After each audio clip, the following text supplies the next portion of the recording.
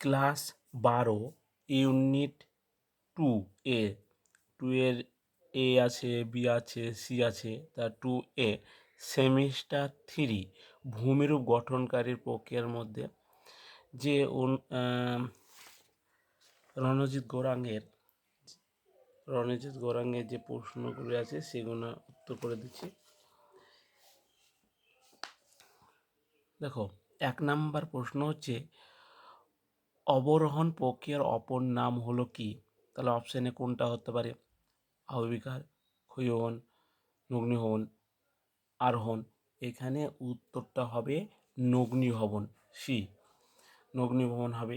কারণ এই যে অবরোহণের সব কাজগুলি আহবিকার, ক্ষয়ন, পুঞ্জিত ক্ষয় সব কাজগুলোই নগ্নিভবন করছে। তাহলে এই তিনটা একসঙ্গে, সেই জন্য এটা নগ্নিভবন বলা হয়।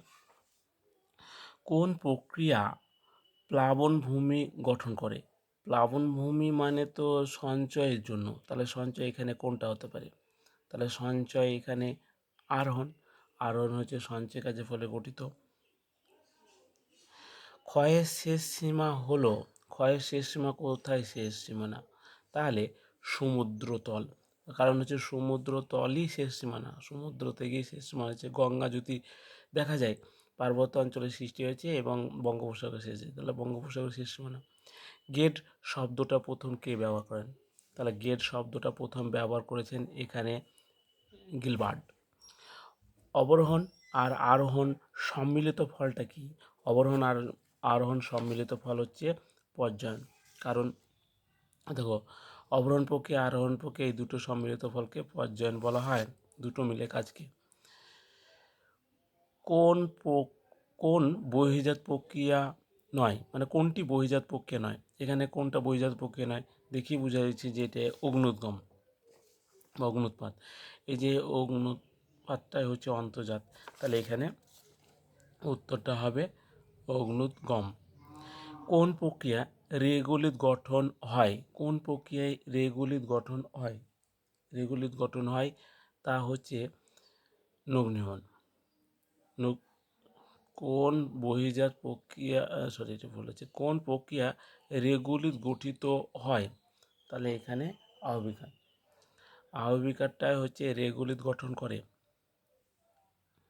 আহবিকারের দ্বিতীয় পর্যায়ে হচ্ছে রেগুলিত, মাটি তৈরির প্রথম পর্যায়। ভূমিরূপ পরিবর্তনে কোনটি স্থৈতিক প্রক্রিয়া? কোনটা স্থির প্রক্রিয়া? তাহলে স্থির প্রক্রিয়া হচ্ছে আহবিকার, যেখানে থাকছে সেখানেই পড়ে থেকে যাচ্ছে। তাহলে এই যে আহবিকারটা স্বস্থানই পড়ে থাকছে, নিজের স্থানই পড়ে যাচ্ছে, স্থৈতিক প্রক্রিয়া, ভেঙে গিয়ে তার নিজের জায়গাতে পড়ে থাকছে। পুঞ্জিত ক্ষয় কি? পুঞ্জিত ক্ষয় হলো এখানে অভিকর্ষের টানে ঢাল বরাবর পদার্থ নেমে আসাকেই বলা হয় পুঞ্জিত ক্ষয়। কোনটি পুঞ্জিত ক্ষয় নয়? কোনটা এখানে পুঞ্জিত ক্ষয় না? তাহলে এটা হচ্ছে পলি সঞ্চয়। পলি সঞ্চয় হচ্ছে ক্ষয় না, পলি সঞ্চয় মানে সঞ্চয় হচ্ছে, তাহলে তো সঞ্চয় না, এই পুঞ্জিত ক্ষয় না। তারপরে কোনটি পুঞ্জিত ক্ষয়ের কারণ? এখানে কোনটি পুঞ্জিত ক্ষয়ের কারণ? তাহলে এখানে পুঞ্জিত ক্ষয়ের কারণ হচ্ছে বৃক্ষচ্ছেদন। যদি গাছপালা কেটে ফেলা হয় তাহলে তো ধসে নামবে না, তাহলে এখানে পুঞ্জিত ক্ষয়ের কারণ হচ্ছে বৃক্ষচ্ছেদন।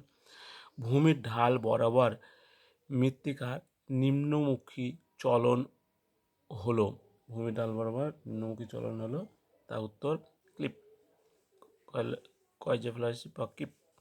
কোন পুঞ্জিত ক্ষয়ের প্রক্রিয়াটি অপেক্ষাকৃত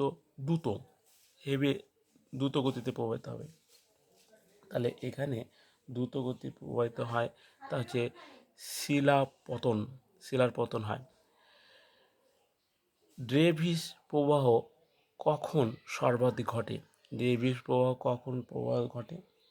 তা হচ্ছে এখানে উষ্ণতা হিমাঙ্কের নিচে নামলে। ড্রেভিস প্রবাহ কখন সর্বাধিক? তা উষ্ণতা হিমাঙ্কে নামলে। কোনটি পুঞ্জিত ক্ষয়ের অভ্যন্তরীণ কারণ? কোনটা অভ্যন্তরীণ কারণ, মানে পৃথিবীর ভিতরে ধরার কারণ? তাহলে এখানে ভূমিকম্প পৃথিবীর ভিতরের জন্য কারণ। বাস, এখানে আজকে 15টি দিলাম, তারপরে আবার 15টি পরে বলছি।